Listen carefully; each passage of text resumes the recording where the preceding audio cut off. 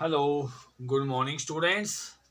तो आज की इस वीडियो में आप करने जा रहे हैं कक्षा छठी की कविता झांसी की रानी।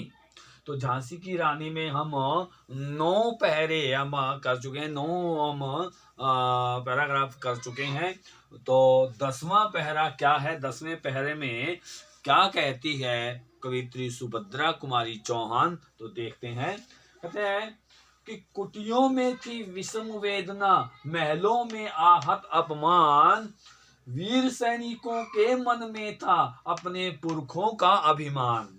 नाना धुंधुपत पेशवा जुटा रहा था सब सामान, बहन छबीली ने रणचंडी का कर दिया प्रकट आह्वान।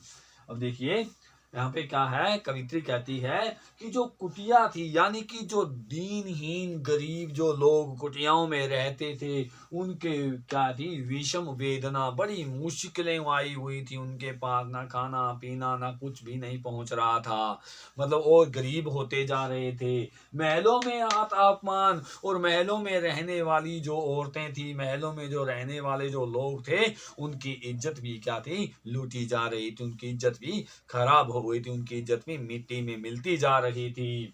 वीर सैनिकों के मन में था अपने पुरखों का अभिमान। अब जो वीर सैनिक जो थे झांसी के अंदर, लेकिन उनके अंदर कोई बिल्कुल कमजोर नहीं थे, लेकिन अंग्रेजों के सामने थोड़े से वो कमजोर भी थे, लेकिन उनके अंदर भी अपने पुरखों के मान सम्मान का भी क्या था, अभिमान था। नाना धुंधुपत पेशवा जुटा रहा था सब सामान। अब अंग्रेजों के सामने युद्ध करने के लिए जो नाना धुंधुपत थे और पेशवा बाजीराव थे, ये बड़े अच्छे वीर योद्धा थे झांसी में, तो ये सब क्या कर रहे थे, अंग्रेजों के विरुद्ध युद्ध करने के लिए सामान जुटा रहे थे, सामान इकट्ठा कर रहे थे। बहन छबीली ने रणचंडी का कर दिया प्रकट आह्वान।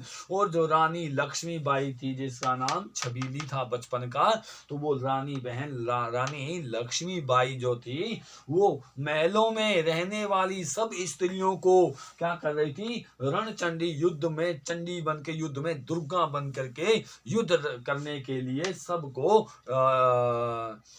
परीक्षण दे रही थी, आह्वान कर रही थी, उनको तैयारी करवा रही थी, हमने किस तरह से युद्ध करना है। हुआ यज्ञ प्रारंभ उन्हें तो सोई ज्योति जगानी थी। यदि हुआ यज्ञ, यज्ञ का मतलब युद्ध रूपी जो यज्ञ शुरू होने वाला था, आरंभ होने वाला था, तो इन सब के अंदर एक ज्योति, एक प्रकाश जगाना था। तो बुंदेले हर बोलों के मुंह हमने सुनी कहानी थी, खूब लड़ी मर्दानी वह तो झांसी वाली रानी थी। कवित्री कहती है कि बुंदेले, जो वहां की जाति है, बुंदेलखंड में रहने वाले जो हरबोले हैं, उनके मुंह से मैंने यह कहानी सुनी थी कि जो झांसी वाली रानी थी लक्ष्मीबाई, वो अंग्रेजों के सामने मर्दों की तरह खूब लड़ी थी। नंबर 11 देखिए। महलों ने दी आग, झोपड़ी ने ज्वाला सुलगाई थी, यह स्वतंत्रता की चिंगारी अंतरतम से आई थी। झांसी चेती, दिल्ली चेती, लखनऊ लपटें छाई थी, मेरठ कानपुर पटना ने भारी धूम मचाई थी। अब क्या है, कवित्री कहती है कि उस वक्त महलों में जो रहने वाले जो लोग थे, बड़े लोग थे, नाना धुंधुपत थे या कोई बड़े नेता थे, वो उन्होंने क्या किया था, उन्होंने सभी लोगों को इकट्ठा करके योजनाएं बताई थी युद्ध करने की। और झोपड़ी ने ज्वाला सुलगाई, झोपड़ी में यानी कि जो जनता थी झोपड़ियों में रहने वाली, उनके मन में भी क्या आ गई, आजादी पाने की वो क्या है, उन्होंने ज्वाला भड़का दी थी।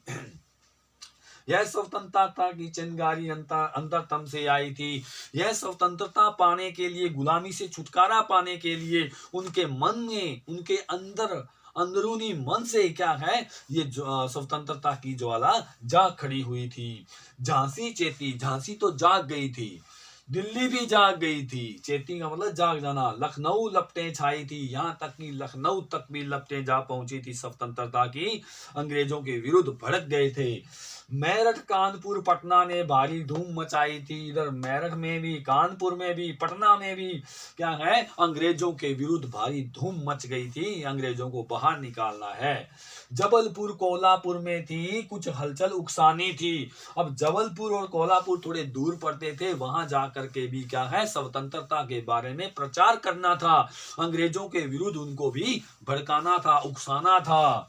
बुंदेले खरबोलों के मुंह हमने सुनी कहानी थी, खूब लड़ी मर्दानी वह तो झांसी वाली रानी थी। अब यहाँ पे कवित्री कहती है कि बुंदेलखंड के रहने वाले जो हरबोले हैं, उनके मुंह से हमने यह कहानी सुनी थी कि रानी लक्ष्मीबाई जो झांसी की रानी थी, वह अंग्रेजों के विरुद्ध मर्दों की तरह खूब लड़ी थी। 12वां पैरा देखिए स्टूडेंट्स। इस स्वतंत्रता महायज्ञ में कई वीर वर आए काम, नाना धुंधु पत तांतिया चतुर अज्जी मुल्ला सरनाम, अहमद शाह मौलवी ठाकुर कुंवर सिंह सैनिक अभिराम, भारत के इतिहास गगन में अमर रहेंगे जिनके नाम। कवित्री कहती है कि ये जो स्वतंत्रता संग्राम का जो महायुद्ध हुआ था, इस युद्ध में अनेकों प्रकार के वीर योद्धा हमारे सामने आए थे। उनके नाम क्या थे कि एक तो नाम था नाना धुंधुपत, बहुत बड़े वीर योद्धा थे। तांतिया टोपे, चतुर अजी मुल्ला सरनाम, अहमद शाह मौलवी, ठाकुर कुंवर सिंह, और ये सारे के सारे जो क्या थे, बहुत बड़े बड़े योद्धा सैनिक थे जिन्होंने आराम करने की भी कोशिश नहीं की। अंग्रेजों के विरुद्ध खूब लड़े थे। इसमें हमने देखे हैं राजपूत हिंदू भी आए और मुसलमानों के भी नाम आए हैं। दोनों ने मिलकर के क्या है, लड़ाइयां लड़ी हैं। और इन सब का कहता भारत के इतिहास गगन में अमर रहेंगे जिनके नाम, और इन सब का भारत के इतिहास के गगन में, आकाश में इनके नाम सूरज चांद की तरह चमकते रहेंगे। लेकिन आज जुर्म कहलाती उनकी जो कुर्बानी थी, अंग्रेजों ने तो उनको जो उन्होंने काम किया था स्वतंत्रता के लिए, तो अंग्रेज तो उनको क्या मानते थे, अपराधी मानते थे, जुर्म मानते थे।